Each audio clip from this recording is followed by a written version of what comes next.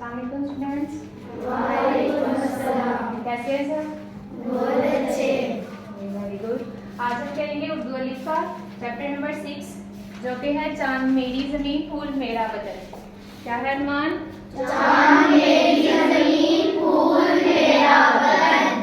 ये बेसिकली एक नज़म है। इसको लिखा है साकी जावेद ने। किसने लिखा है? साकी जावेद ने। साकी जावेद ने।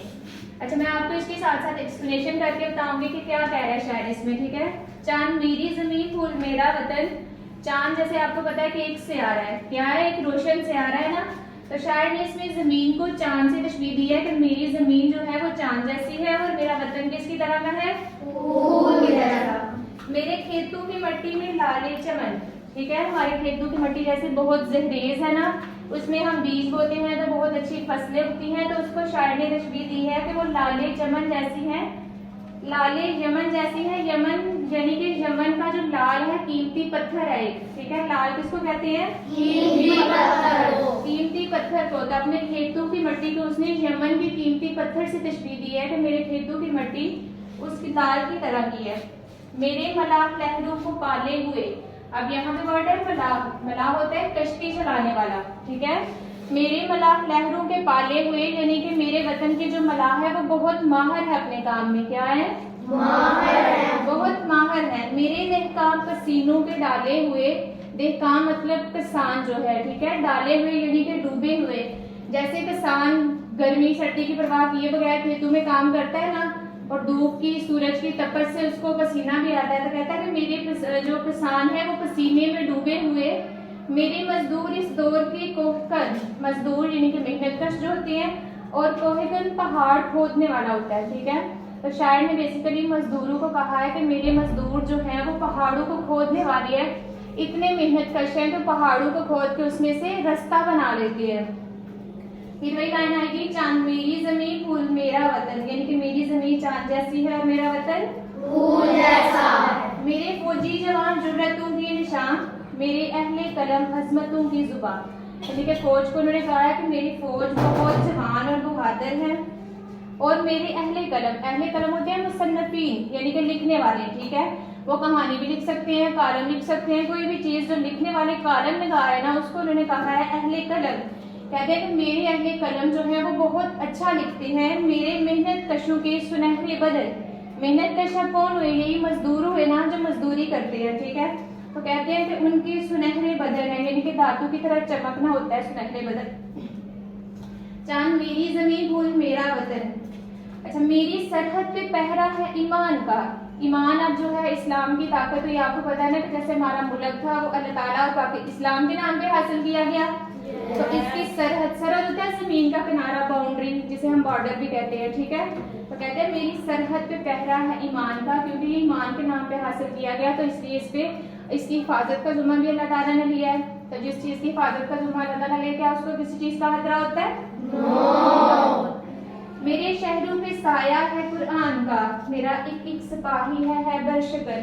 अब जैसे कि हम मुस्लिम कंट्री में रहते हैं, हम मुसलमान हैं, तो हर बच्चा कुरान पाक भी पढ़ता है। तो जब हर घर में कुरान पाक पढ़ा जा रहा हो तो फिर शायद ने यही बात की है कि मेरे शहरों पे साया है कुरान का, मेरा एक एक सिपाही है हैबर शक्ल। हैबर शक्ल होता है हैबर का किला तोड़ने वाला। ठीक है।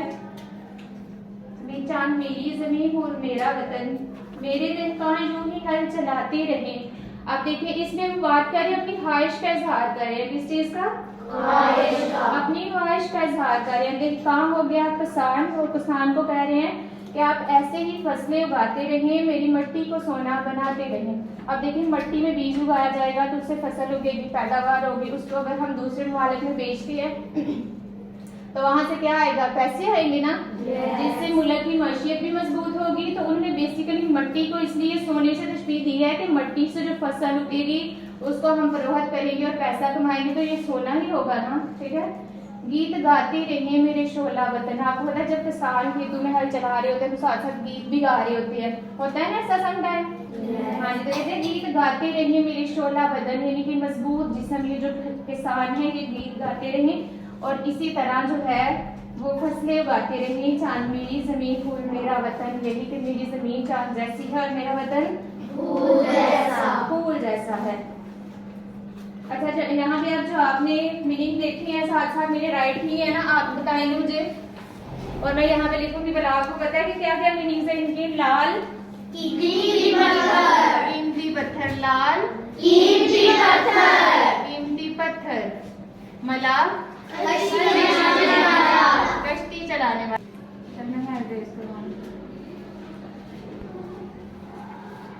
नेक्स्ट है दहकान। हैंड रेज करने में कौन बच्चा बताएगा? चलिए तो आप बताएं। किसान, किसान, वेरी गुड। नेक्स्ट है कोहेकन। कोहेकन जी आप बताएं।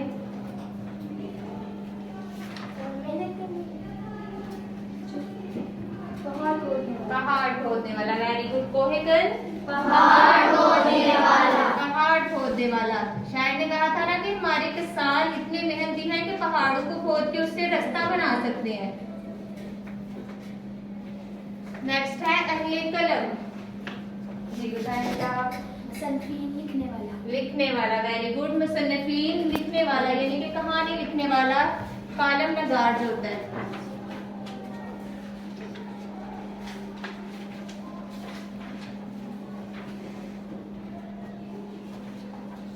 नेक्स्ट है हैबर शिकर जी, मोम नाम बताएं। हैबर का किला तोड़ने, वेरी गुड। हैबर का किला तोड़ने वाला। हजरत अली रज़ी अल्लाह ताला अन्हु ने हैबर का किला किया था ना, पता?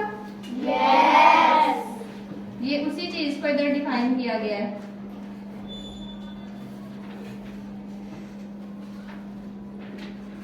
नेक्स्ट और लास्ट है